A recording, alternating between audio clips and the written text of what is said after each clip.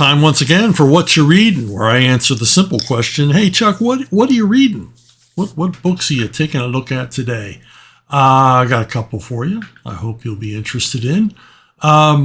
Recently bought this collection of Popeye the Sailor Man newspaper weekly comic strips from 64-65. This is the Bud Sagendorf era. Bud Sagendorf drew Popeye comic strips and comic books for decades. Very, very long run on the strip. Originally started out as E.C. Segar's assistant, the original Popeye artist and creator of the character. Now, I'm of that certain age of boomer where Popeye was a big part of my childhood. Popeye, the Three Stooges, Bugs Bunny, formed the majority of my entertainment as a little kid, particularly the early Max Fleischer cartoons, which are still highly entertaining. Now, as any comic historian knows, Popeye the Sailor was created as a minor character in a long-running comic strip called Thimble Theater. And I think Thimble Theater, created by E.C. Segar, had been around for 5 or 6 years before Popeye even showed up. And in a story arc, though it was a humor strip, Segar wrote these long story continuities that sometimes took months to play out.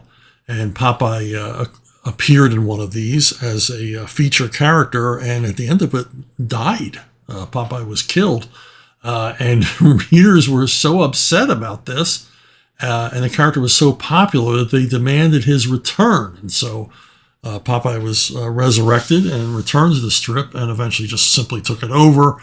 Strip's name was changed from Thimble Theater featuring Popeye to simply Popeye the Sailor Man, and the rest is history.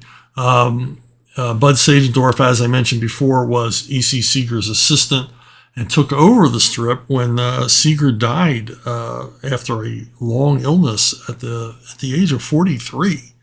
Although at this point, Thimble Theater had been around for 20 years, and Segar's death left Sagendorf basically in charge of the writing and art of the strip, which he would do for, I think, another 40, 50 years.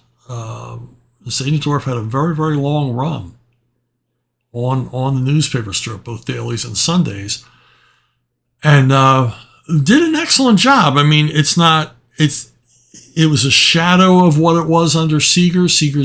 But Segar has a very peculiar sense of humor that Sagendorf built upon, but mostly Sagendorf just used the stock cast of characters that Segar created. He really didn't bring a whole lot of new characters to the strip, but he did an excellent job of capturing the flavor and particularly the language of Popeye, and the totally absurd tone of the strip, and did a good job continuing it. It was interesting and funny, and though he obviously worked in the shadow of the strip's original creator, he did some fun stuff. But the strips are very rarely reprinted. This edition is from I believe it's a print-on-demand outfit, telling from the way the book was printed. And if you want to read these strips, it's great. There's not a whole lot of restoration done, obviously, on these strips. They pretty much appear as they would have appeared in the newspaper as far as print quality, but that's fine. You can still read them. They're still good. It's still and it's a complete collection of the 1964 to 1965 strips, which I've always been curious about. Always wanted to read a run of. So if you're a Popeye fan, this is good stuff. It allows you to revisit this great cast of characters: Popeye, Olive, Wimpy, Sea Hag, Alice the Goon, and the rest. And funnily enough, this period of strips covers a time when Popeye was still a major force in children's programming on television. So kind of cool to see it. the next book I read, it's a book called Killing Generals. It's about the making of The Dirty Dozen. I saw it and I ordered it immediately. It's one of my favorite movies, and I wanted some background on it. And I particularly wanted to know about the writer of the book and how big a part did he play, the writer of the novel, the original Dirty Dozen novel, and how big a part did he play in the creation of the film. And I'm still reading the book, but I'm about halfway through it. It's like salted peanuts, hard to put down because I'm just interested in the creation of this movie. I read the novel back when I was in high school, impressionable young lad, and the novel probably served to turn me into the twisted adult I am today. But I was fascinated by E.M. Nathanielson's story. He was basically a pulp writer. He wrote for the Men's Sweat magazines. He was very prolific. And if I'm not mistaken, this is his first novel. And strangely enough, he served in the United States Army, and but he enlisted, but was too late for the war. He was too young to actually be in the war. But he was with the occupation force. He was sent over to Germany for the occupation force and spent a couple of years in Europe in that capacity, where he met Russ Myers. Yes, that Russ Myers, the nudie filmmaker who would become a nudie filmmaker, an early purveyor of softcore porn in the United States. Russ Myers with his movies about the super vixens and things such as that. But he met Russ Myers, who was part of an Army film crew. And Myers told him this story about this group of soldiers called the Dirty Dozen, who were culled from the prison cells of military prisons and sent on a mission deep into Europe, a suicide mission, and were never heard from again. And Nathanson was fascinated by this idea, although could never find any proof that it ever actually happened. Maybe it was just a product of Russ Myers' imagination, or maybe it was one of these rumors, these myths told among soldiers. But Nathanson could never find any proof that it ever happened. And of course, the United States Army and the United States government denied they ever did anything like this. But it was always in his head. And he decided he was going to write he wanted to do a nonfiction book about it, but he could, since he couldn't find any evidence that this suicide mission by convicts had ever happened, he thought, well, let me write a novel version. Let me just make it all up. And he presented this to a friend of his who was beginning a literary agency, and his friend managed to sell the book to Random House for a hardcover edition, to be followed by a paperback edition from Dell. And so Nathanson began writing, apparently with a very small advance, ran into all kinds of financial problems that were solved when his buddy sold the film rights to MGM for $80,000. And MGM began work on the movie. Now the problem with this was Nathanson wasn't done writing the novel. He had written about 2/3 of it, but hadn't written the mission. In fact, hadn't even decided what the mission would be. And MGM assigned a producer, a director, and a screenwriter. Now, if I were Nathanson, I would not have. This would have driven me nuts. I wouldn't have been able to sleep nights knowing that they're already beginning pre-production on a movie based on a novel of mine that I haven't finished yet. And so they commissioned the screenplay, and the screenwriter actually wrote the whole story before Nathanson did, but Nathanson hated his third act. He hated what this screenwriter had done in place of the ending that he hadn't written yet. And I guess that goosed him into finishing the novel. In the screenwriter's version, the mission was to attack the V2 missile laboratories on the Pienemann Peninsula in the north of Germany. And Nathanson was horrified because the dozen would have had to have killed all of the Nazi rocket scientists and their families. So true innocents were killed. Now, Dirty Dozen conclusion, if you've ever seen the movie, there were a lot of women killed along with the Nazi generals that the dozen are assigned to murder. But our moral compass is sort of still set in place where it should be, because it's perceived that these women are also Nazis or prostitutes or Nazi prostitutes. So somehow their lives just don't matter in the course of things. Although the dozen killing women in the film was really shocking at the time. In fact, is still shocking today, which I think is part of the lasting appeal of this movie, is that it broke a lot of barriers. It really pushed the envelope as far as good taste and all the rest. And The Dirty Dozen really is pretty much the first modern action film as we perceive action films, and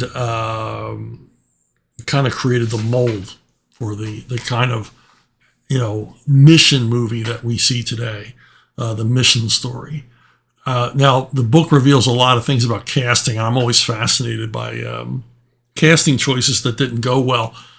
John Wayne was sent the script early on, the original finished script by Nunnally Johnson, which would be heavily rewritten by Lucas Heller, a writer that director Robert Aldrich brought on board. Wayne read it and rejected it outright. He didn't like the portrayal of the military. He didn't like the fact that the character they would want him to play, the Major Reisman part, was womanizing in the original screenplay. He was a womanizing guy. And he just thought that it was kind of war movie that like hippies would like. He refused to be in it. Early on, MGM was interested in having Frank Sinatra play Major Reisman, but Sinatra was tied up with other projects and happily didn't take the part. And then oddly, MGM also thought that Tony Curtis would be a good choice to play Major Reisman, which just goes to show that maybe studio executives were just as stupid then as they are now.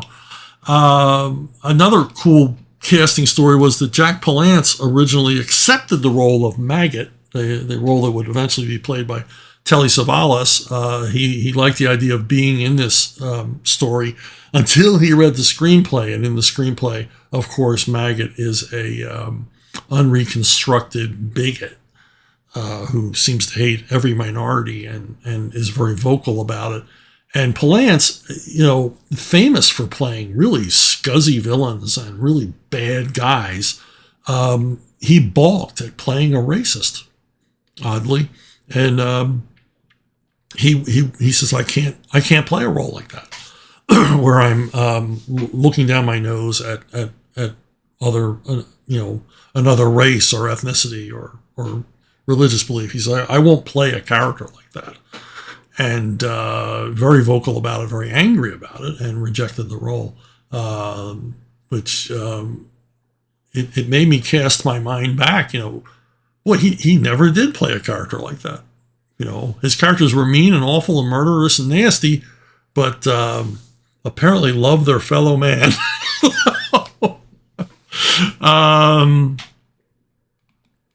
But it's interesting to read about the transition from novel to screenplay. There are vast differences between the novel and the screenplay, particularly the depth of characterization. Obviously, it's a long, thick doorstop of a novel, so a lot of things had to be telescoped and compressed. Characters had to be eliminated. Some characters were, 2 or 3 characters combined into one. And it breaks a lot of rules historically. I mean, Jim Brown would never have been a part of this unit because the Army was segregated. Even a unit like this probably would have been segregated. But there's a lot of interesting stuff in the book about the interplay between the different players, how, distant Charles Bronson could be. Jim Brown's pretty open about different cast members and what he thought of them. He enjoyed being in the movie, but he found some of the people in some of his fellow cast members to be odd. This is I think only his second encounter with actors, and he was put off by some of them, even though he recognized how incredibly talented they were and how much he could learn from them as an actor. And, the usual things with Lee Marvin about his heavy drinking and all the rest of it. But it's an interesting book. It's a breezy read. And if you love The Dirty Dozen, and why wouldn't you? You might want to take a look at it. It's called Killing Generals. And I picked it up off Amazon. Now, before I let you go, Spin Rack. Spin Rack is comics 2.0. It's a new beginning. It's a new threshold. It's the next step in comic evolution. It's creator-owned. It's creator-driven.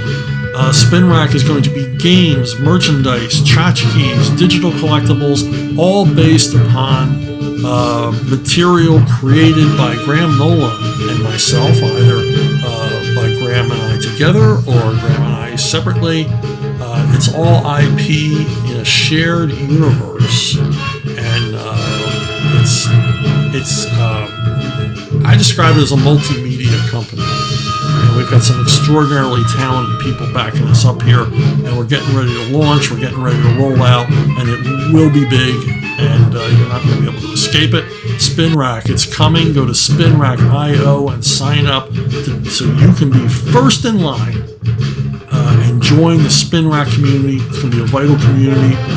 We're going to have tryout scripts. We're going to have portfolio reviews. We're going to invite you to do some writing, some drawing, gameplay, all the rest of it. It's spinrack.io. And thanks for listening. Thanks for watching. And I will see you down the road.